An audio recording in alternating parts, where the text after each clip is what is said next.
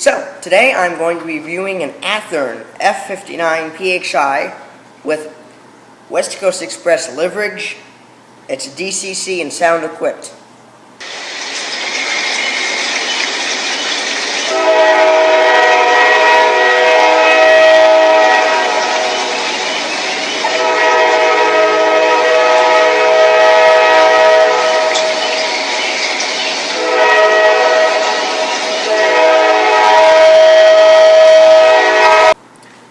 So, let's take a look at the details.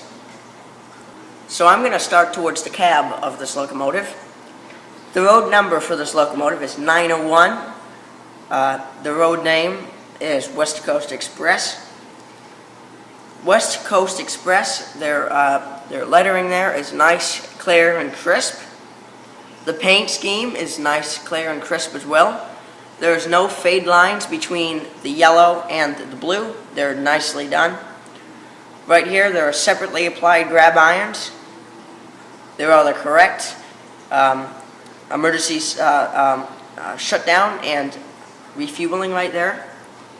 Towards the back of the locomotive, right there, there is a rear window. So right here is the rear window and rear headlight. There is a rear exhaust as well as separately applied handrails. Right there are molded on grab irons. There's another molded on grab iron on the roof of the locomotive. Back here are your radiator fans. They make it so as if you can see through the locomotive, through the fans into the locomotive, but you can't. I like the way that they did these exhaust fans. They did a nice job. For this particular locomotive, there is the correct antenna up there and air conditioning units for the cab. As with these newer model locomotives and cars, there are prototype details to that exact locomotive and or car. Athearn has done a good job replicating West Coast Express 901. There are prototype details. This locomotive is not particularly special as far as details, so that's why they did a good job. But they did do a good job, like correct air conditioning unit, correct antenna, and radiator fans. So let's start at the cab. The cab windows have molded on window wipers. Sadly, they're not painted black. They kind of blend in. You can't see them, but they're there, so if you want to paint it black, you can. The number boards here are not lighted. You have your headlight here. You have two ditch lights and two reversing lights. The ditch lights do work. They do not alternate. The reversing lights, sadly, do not work at all, and that's a real bummer considering this locomotive in real life moves forwards and backwards the same amount pretty much because these railroads are made to go, they're basically forwards and backwards railroads, so that's a bummer that doesn't work. Over here we have a printed wheel snowplow. This matches the locomotive in question along with a coupler. I do not know what coupler this is. This front coupler is at the proper height according to the Katy height gauge. All wheels are engaged according to the NMRA standards gauge. So we have the locomotive over here on the layout. I'm going to start the locomotive up and you're going to hear the startup sequence for this locomotive.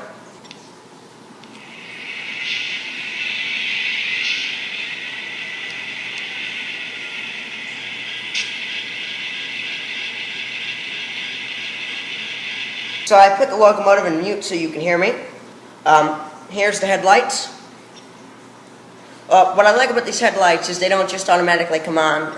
As you can see, when they go on and off, they kind of dim on and off. So that's the headlight at full brightness. Now I'm going to make it dimmer. So that's the headlight dim, and that's full brightness.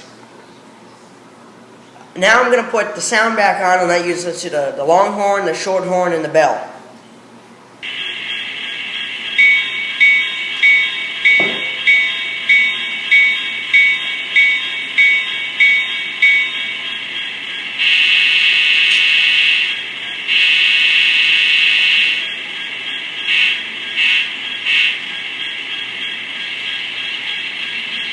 I put the locomotive back into mute, and I'll connect the train to it, and we'll watch it run.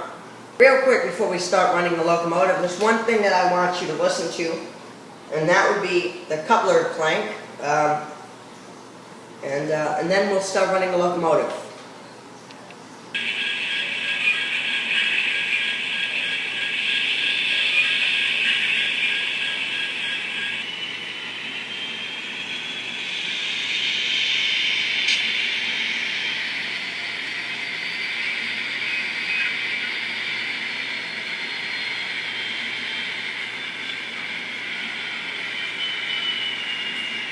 So I don't know if you heard that. I had to stop abruptly because I'm not really that good at pressing the button at the correct time.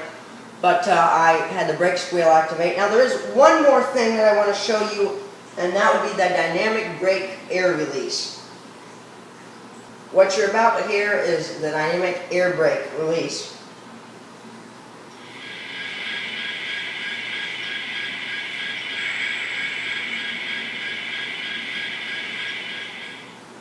Now we'll actually start running the locomotive.